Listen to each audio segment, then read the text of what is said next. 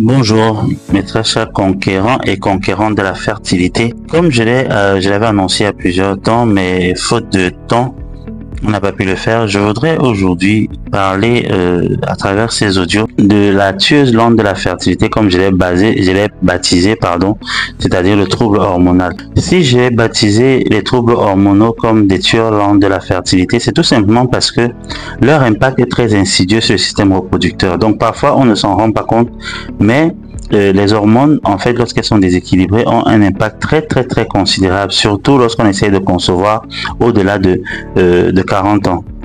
Donc, que ce soit un déséquilibre en oestrogène, progestérone, testostérone, un problème de thyroïde ou de cortisol, ces perturbations peuvent entraîner des difficultés à concevoir, des cycles irréguliers, des fausses couches à répétition et une baisse générale de la santé reproductive, une baisse de la libido et plein d'autres facteurs. Parfois même peuvent être à l'origine d'une croissance de l'anxiété chez la femme comme chez l'homme. À travers donc cette formation audio, ce podcast, j'aimerais t'amener à comprendre les mécanismes des troubles hormonaux et leur impact sur la fertilité. J'aimerais aussi t'aider à explorer les solutions conventionnelles et alternatives qui peuvent t'aider à rétablir l'équilibre hormonal. Et en troisième point, agir avec des méthodes naturelles et médicales pour optimiser ta fertilité. Comment est-ce que tu peux le faire? La première partie, c'est comprendre les troubles hormonaux et leur impact sur la fertilité. Il faut savoir que le corps humain, en fait, fonctionne avec plusieurs hormones, d'accord? Nous sécrétons énormément d'hormones, mais dans le cas de la fertilité, on a des hormones clés. Il s'agit des oestrogènes et progestérone qui servent à réguler le cycle menstruel et préparent l'utérus à la natation. On a la testostérone qui influence la libido et la qualité ovocytaire, même chez la femme, parce qu'on a souvent tendance à croire que la testostérone, ça ne concerne que les hommes, ce qui est faux, ça concerne aussi la femme. On a les hormones thyroïdiennes, TSH, T3, T4. Un dysfonctionnement thyroïdien peut bloquer carrément l'ovulation. On a le cortisol qui est baptisé l'hormone du stress. Un excès perturbe l'axe hypothalamo-hypophyso-ovarien. Ça veut dire quoi tout simplement? Un excès de cortisol va perturber le fonctionnement au niveau des ovaires, en commençant par perturber le fonctionnement de l'hypothalamus au niveau du cerveau. Et l'autre hormone très importante, c'est la prolactine, parce qu'un taux élevé de prolactine peut inhiber aussi l'ovulation, c'est-à-dire bloquer carrément les ovulations ou alors les rendre infructueuses avec une mauvaise qualité des ovules. Comment donc tu fais pour reconnaître un déséquilibre hormonal? Les cycles irréguliers ou absence de règles, c'est-à-dire les aménorrhées, un syndrome des ovaires polykystiques, l'endométriose, les fausses couches précoces ou à répétition, la fatigue chronique, la prise de poids, l'acné, la perte de cheveux. Voilà quelques symptômes que tu peux observer déjà chez toi pour savoir si tu es en perturbation hormonale effectivement. Parfois c'est insidieux, mais il y a néanmoins quelques signes qui peuvent te mettre sur la voie. Quand tu fais face à un déséquilibre hormonal, il est important de savoir que ce n'est pas la fin du monde, ce n'est pas un verdict de stérilité, ce n'est pas un verdict d'impossibilité pour tomber enceinte, non. Il est possible de rétablir l'équilibre en posant des actions concrètes. En deuxième partie, ici, je vais te parler de l'approche conventionnelle pour rétablir l'équilibre hormonal. Parce que la médecine conventionnelle propose plusieurs solutions. Il y a des traitements hormonaux à type de pilule, la progestérone synthétique, la stimulation ovarienne, qui sont proposés en termes de traitements hormonaux. Je ne les utilise pas beaucoup parce que parfois une accumulation en fait d'hormones directes peut renforcer dans certaines situations le trouble hormonal. Maintenant, il y a aussi des médicaments pour la thyroïde qu'on utilise lorsque on a un problème d'hyperthyroïdie. La metformine est souvent utilisée en cas de résistance à l'insuline qui est parfois liée au syndrome des ovaires polykystiques, parce que dans les troubles hormonaux, parfois, on va se rendre compte que le corps de la femme va avoir une résistance à l'insuline. L'insuline ne pourra plus faire baisser le taux de sucre dans le sang. Et on va croire que c'est un diabète qui est déjà installé, mais c'est un problème hormonal à la base. Il y a des interventions chirurgicales parfois qui sont recommandées lorsque on a des kystes ovariens. Parfois on a recours à la chirurgie, ou alors en cas d'endométriose pour aller enlever les plaques endométriosiques là où elles posent problème. Et l'autre solution de la médecine conventionnelle, c'est la fécondation in vitro si les traitements hormonaux ne suffisent pas. Mais il faut savoir, comme je disais tantôt, qu'il y a des limites à l'approche conventionnelle pour rétablir l'équilibre hormonal. parce que ces approches peuvent réguler temporairement les hormones sans traiter la cause profonde. Ok? Parce qu'un problème hormonal a une cause profonde. Et si on ne gère pas la cause profonde, en fait, les traitements vont être juste des palliatifs. Et c'est la raison pour laquelle plusieurs femmes se rendent généralement compte que lorsqu'elles prennent des traitements, si elle est en arrêt de cycle, par exemple, les menstruations se sont arrêtées, ou alors si elle a un cycle irrégulier, très irrégulier, pendant qu'elle prend le traitement, il y a comme une amélioration. C'est comme si le cycle revient, c'est comme si le cycle redevient régulier, mais dès qu'elle arrête les traitements, tous les problèmes recommencent, tout simplement parce que le problème de fond n'a pas été géré. Ok, c'est pourquoi il est toujours important de traiter les problèmes de fond qui peuvent être le stress, l'alimentation, toxines environnementales et bien d'autres choses. Et c'est pourquoi maintenant je m'en vais te parler de ces traitements alternatifs pour un équilibre hormonal naturel. Au vu des symptômes que j'ai décrits précédemment, si tu te rends compte que, ou alors tu sais déjà que tu as un problème hormonal, la première des choses que tu dois faire, c'est gérer convenablement ton stress. Pourquoi? Parce que la gestion du stress permet déjà de réduire le cortisol. Et il y a plusieurs techniques pour gérer le stress, notamment la méditation et à la cohérence cardiaque, la marche dans la nature au parc, la respiration profonde.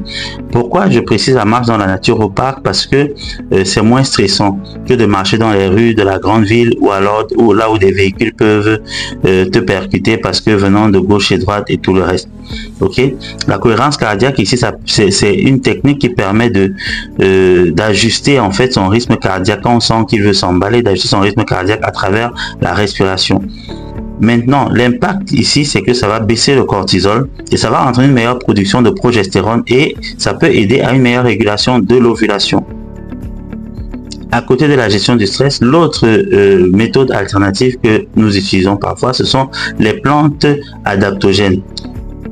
Donc la phytothérapie. Il y a notamment le Vitex qui est très recommandé parce que ça régule la progestérone et la prolactine. Il y a le fenugrec qui équilibre les oestrogènes et la progestérone et aide à booster la libido. Il y a le gingembre et le curcuma qui ont des propriétés anti-inflammatoires très importantes en cas d'endométriose. Après la phytothérapie, l'autre approche alternative, c'est la complémentation alimentaire en magnésium et en zinc qui sont essentiels pour la production hormonale, la consommation des oméga 3 pour réduire l'inflammation et soutenir la fertilité, la vitamine D qui va améliorer la qualité des ovocytes aussi. D'accord? Donc voilà des éléments que tu peux rechercher déjà dans les compléments alimentaires que tu consommes au cas où tu as des troubles hormonaux. Et même si tu ne présentes pas directement des symptômes, comme je le disais, c'est tellement insidieux que la prise de ces produits te fera assurément du bien. La quatrième méthode alternative pour rééquilibrer tes hormones, il s'agit d'avoir une alimentation équilibrée et une détox hormonale. C'est-à-dire quoi? Éviter les perturbateurs endocriniens, les pesticides, certains types de plastique, le soja non fermenté. Privilégier des légumes, des légumes crucifères, tels que le brocoli et le chou, pour détoxifier les oestrogènes en excès. Le cinquième traitement à mettre en place, c'est l'équilibre émotionnel et une psychologie énergétique. Ici, l'équilibre émotionnel et la psychologie énergétique, généralement, on va utiliser le coaching. Ok, l'EFT, Emotional Freedom Technique, c'est une méthode de psychologie. L'hypnothérapie, la thérapie cognitive. Leur impact ici, c'est la libération des blocages émotionnels liés à la fertilité, les peurs, les traumas, les pressions sociales, les disputes, les mésententes dans le couple, la pression de famille et toutes ces choses-là. Dans certaines situations, on peut essayer de gérer seul, mais la plupart du temps, on a besoin d'être assisté. À défaut de se faire suivre par un coach, par nous par exemple, ou alors par un thérapeute, on peut avoir recours à des groupes de soutien dans lesquels la prise de parole aussi permet généralement de se dégager émotionnellement. La sixième approche alternative, c'est la gestion des blocages d'ordre spirituel. Ok? Parce qu'il est important d'avoir une approche holistique globale. Dans cette approche, il y aura des soins spirituels, des cures d'âme, travail sur les croyances limitantes, telles que je ne mérite pas d'être mère, ou alors je suis trop âgé, je suis déjà très âgé, je ne peux pas concevoir à cause des myomes, avec les myomes c'est très difficile de concevoir, avec les trompes bouchées c'est carrément impossible. Bref, ce genre de pensées limitantes, il faut travailler là-dessus. Et il y a des soins spirituels aussi que nous proposons pour aider les personnes qui ont vraiment des blocages d'ordre spirituel. L'impact ici, c'est vraiment de créer une harmonisation du corps et de l'esprit pour une fertilité optimale. Le 7e point, c'est avoir une activité physique adaptée. On parle d'activité physique adaptée parce que il ne faut pas se surentraîner, parce que le surentraînement va déséquilibrer encore davantage les hormones. Donc, il faut faire des exercices modérés et choisir les types d'exercices. Des exercices tels que la natation, la marche, un peu de vélo sans trop forcer. D'accord, ce sont des activités physiques qui sont bénéfiques pour l'équilibre hormonal.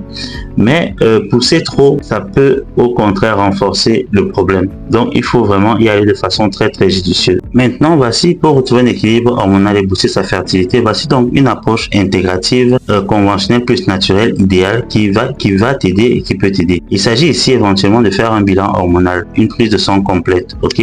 C'est vrai que dans ma pratique, je ne le fais pas toujours parce que déjà, de par les symptômes et de par le plus souvent l'échographie et l'hystérosalpingographie, je réussis déjà à avoir une image globale de la chose. Mais pour toi qui n'est pas dans un de mes programmes, qui ne travaille pas directement avec moi, ce serait bien de commencer par là pour voir et évaluer comment tu vas continuer. Tu peux demander à ton médecin de te faire ce check-up là pour avoir une idée.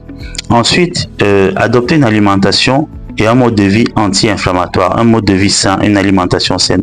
C'est très crucial, c'est très important pour pouvoir gérer cette situation-là.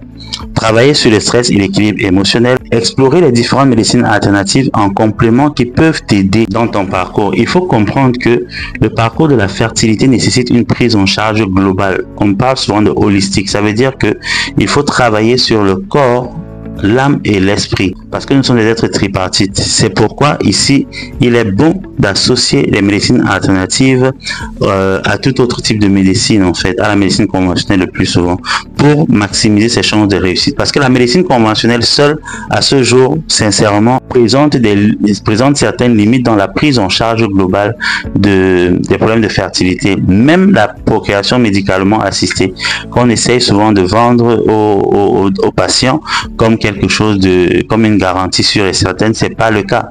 D'accord? La procréation médicalement assistée, notamment la FIV, a moins de 50% de chances de réussite. Et maintenant, ça, c'est chez une personne qui n'a aucun problème, aucun trouble quelconque, que ce soit trouble hormonal, endométriose, myome ou quoi que ce soit. Quand il y a déjà d'autres troubles, la probabilité de succès réduit aussi. C'est pourquoi il est avantageux de traiter tout ce qui peut être traité pour maximiser une procréation naturelle.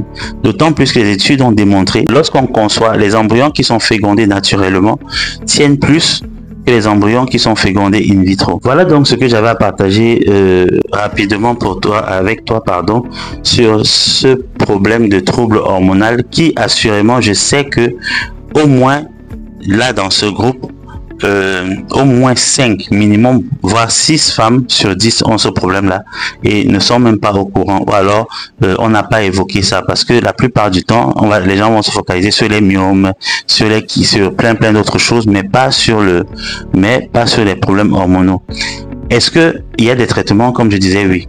Et beaucoup de personnes me reviennent avec des questions maintenant parce que elles se demandent si nous proposons des traitements. Oui, effectivement, nous faisons dans le conseil, mais nous proposons énormément de traitements. Dans nos programmes, nous avons des coffrets de produits, et même hors programme. Si quelqu'un ne peut pas rejoindre un de nos programmes de d'accélération en procréation humaine, il a la possibilité d'avoir accès à nos produits, ok, de passer commande pour des produits en fonction de sa situation. On lui fait un packaging de produits pour qu'il va prendre pour gérer. Quoique, je recommande davantage de prendre nos programmes directement, compte tenu de leur ampleur, de tout ce qui est contenu à l'intérieur, parce qu'on travaille sur tous ces éléments-là, la gestion du stress, plein d'autres choses, pour pouvoir aider les personnes. Nos programmes sont composé de thérapie cellulaire, de phytothérapie, nutrithérapie, complémentation alimentaire. On travaille sur la gestion du stress, des troubles psycho-affectifs, et on travaille aussi sur des blocages d'ordre spirituel, ce qui rend nos programmes un peu plus complets. Et nous en avons 3. En fait, à divers niveaux, en fonction de la possibilité de tout un chacun de travailler avec nous, et aussi du package des produits, de la durée de ces programmes. Sur ce, je te souhaite une excellente journée et j'espère que cet audio, ce podcast va t'aider dans ton parcours de fertilité par la grâce de Dieu et te permettre de commencer à poser des actions concrètes pour résoudre le problème hormonal que vit ton corps. Parce que quoi que tu le saches ou pas, ou que tu le vois directement ou pas, si tu as plus de 40 ans, tu as assurément des troubles sur le plan hormonal dans ton organisme. Donc, il faut commencer à gérer dès à présent. Je te souhaite une excellente journée, plein de bonnes choses à toi. Ciao, ciao.